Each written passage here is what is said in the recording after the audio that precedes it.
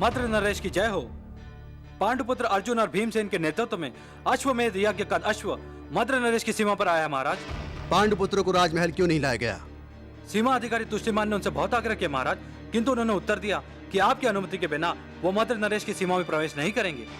धन्य है, अब विश्वास हो गया कि यह यज्ञ सीमाओं को जीतने के लिए नहीं बल्कि भावनाओं को जीतने के लिए किया गया है। जब शक्तिशाली दुर्बल से अनुमति मांगता है तो समझ लेना चाहिए कि वो वास्तव में शक्तिशाली है। पांडवपुत्र हमारा देश कभी भी जीत सकते थे, उनके पास बहुत बड़ी सेना है, लेकिन अनुमति मांगकर उन्होंने अपने हृदय की विशालता और विनम्रता का प्रमाण दिया है। मित्र नरेश पांडवों ने एकता, मित्रता और शांति के लिए अश्वमेध यज्ञ किया है।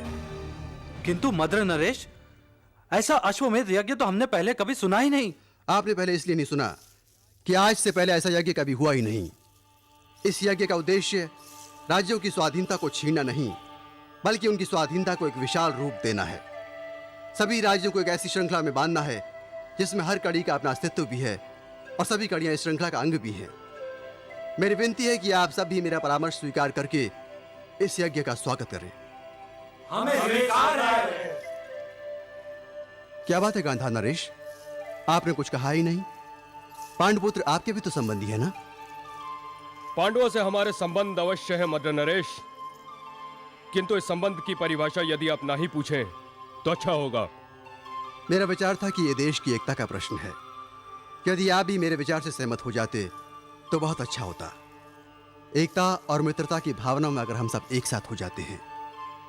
मद्र नरेश, इस विषय में निर्णय करने का अधिकार हम अपने पास सुरक्षित रखते हैं और अपनी भावनाओं को व्यक्त करने के लिए शब्दों का चयन भी हम स्वयं ही करते हैं। आप जाइए और पांडव पुत्रों का स्वागत कीजिए। हम उनका स्वागत अवश्य करेंगे, किंतु यहां नहीं, गांधार की सीमा पर। और उनका ऐसा स्वागत किया जाएगा कि वो जीवन भर याद रखेंगे।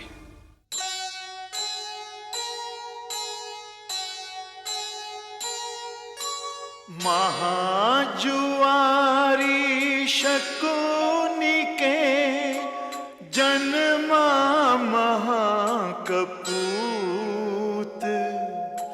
सर से उतरा ही नहीं कभी जुए का भूत, कभी जुए का भूत।